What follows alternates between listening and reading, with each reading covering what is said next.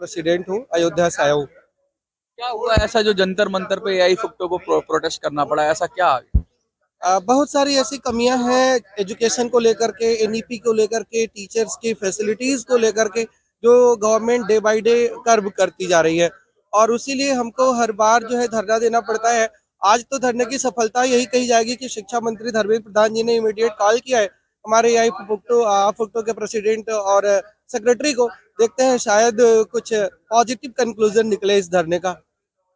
क्या लगता है कि जो न्यू एजुकेशन पॉलिसी है उसके अंदर ऐसी क्या चीजें हैं? क्या लगता है सेंट्रलाइजेशन हो रहा है सारा? क्योंकि मंच से भी कहा गया कि स्टेट को इग्नोर किया जा रहा है और सब कुछ सेंट्रलाइज हो जाएगा तो बात सुनी नहीं जाएगी। क्या कुछ ऐसी डाउट्स हैं या कुछ ऐसी चीजें हैं? एक्चुअली एनईपी की जो सबसे बड़ी ड्रॉबैक है वो ये है कि 2035 तक इन्होंने कहा है कि ये ग्रांट देना बंद कर देंगे।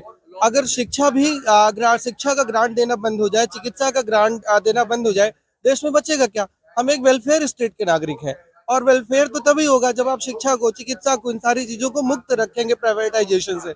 एनईपी की दूसरी जो ड्रॉबैक ये है, जो उसकी पॉलिसीज बनाई गई हैं वो ग्राउंड रूट पे लोगों से कंसल्ट ही नहीं किया गया है। हम लोग कॉलेजेस में पढ़ाते हैं, वहां पर पता चलता है रियल प्रॉब्लम वहां पर क्या है। बच्चा का रोज रोज रोज एग्जाम ही एग्जाम हो रहा है, पढ़ाई का समय नहीं मिल रहा है। पूरी तरीके से, एक तरीके से कहिए कि एनार्की हो गई है यूनिवर्सिटीज में। गवर्नमेंट को वहां पर अटेंशन देना चाहिए कि जो उन्होंने पॉलिसी बनाई, आउटकम क्या रहा है। 4 साल हो गए पॉलिसी लागू हुए, आउटकम तो फिलहाल जीरो है। कंप्रिहेंसिव एग्जाम की बात हो रही है कि बच्चे को एक टेस्ट से जज नहीं कर सकते, बार बार उसके टेस्ट लिए जाने चाहिए।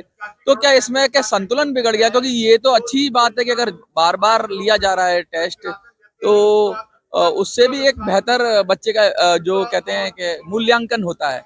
लेकिन अब एक ही टेस्ट में आप पूरी तरह से मूल्यांकन नहीं कर सकते, क्योंकि बीच कहीं ऐसा तो नहीं लेफ्ट और राइट में फंस गया है पेज। आप भी ज्यादा एक्सट्रीम हो रहे हैं, वो भी एक्सट्रीम हो रहे हैं। असल में टेस्ट लेना बुरा नहीं है, बट भारत में टेस्ट का मतलब प्रेशर है। कितना प्रेशर आप बच्चों पे डालेंगे? अरे बच्चे पढ़ने आए हैं, आप उनकी मशीन क्यों बना रहे हैं?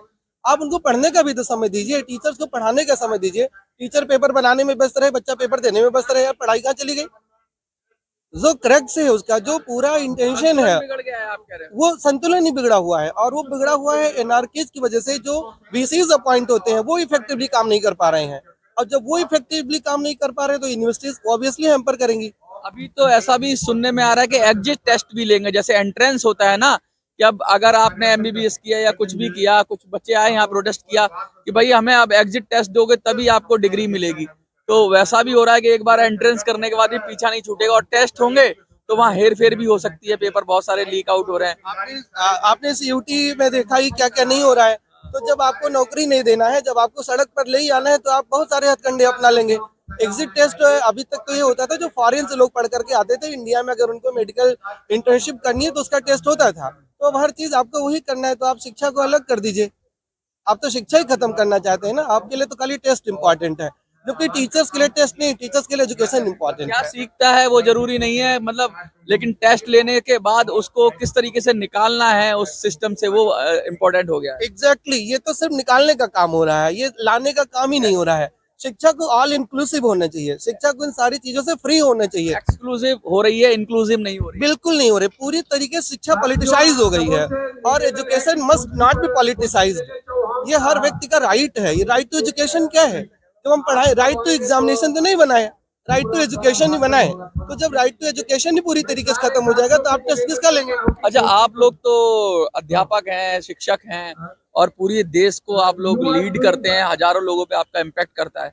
क्या दिक्कत रही कि अब लोग थोड़ा सा दूर हट रहे हैं, या लोग समझ नहीं पा रहे हैं, या आप समझा नहीं पा रहे हैं, या आप में भी कुछ एक्सट्रीमिस्ट थे जिन्होंने कुछ और ही बना दिया, उन्होंने भी कुछ गलत किया जिस वजह से आज लगता है कि आप सही बात भी आपकी गलत कही जा रही है? एक्चुअली सरकार ने हमारी जो टीचर की टीचरशिप थी वो खत्म कर दिया है, वो हमको एम्प्लॉय मानने लगी है। ये सरकार के साथ दिक्कत है।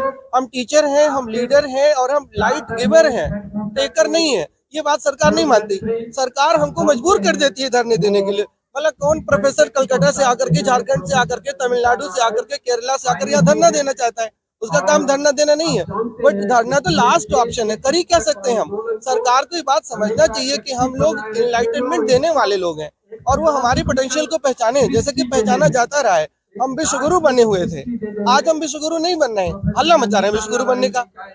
हल्ला मचाने से तो विश्वगुरु नहीं बने, उसके लिए ग्राउंड पे काम करना पड़ेगा और ग्राउंड पे काम नहीं कर रही है सरकार, आप सबको बताएं। इतना बड़ा मेडिकल एग्जाम में इतना करप्शन हुआ, इतना हो हल्ला हुआ, अल्टीमेटली कुछ नहीं हुआ। ये क्या कहा जाए, डिक्टेटरशिप यही तो है।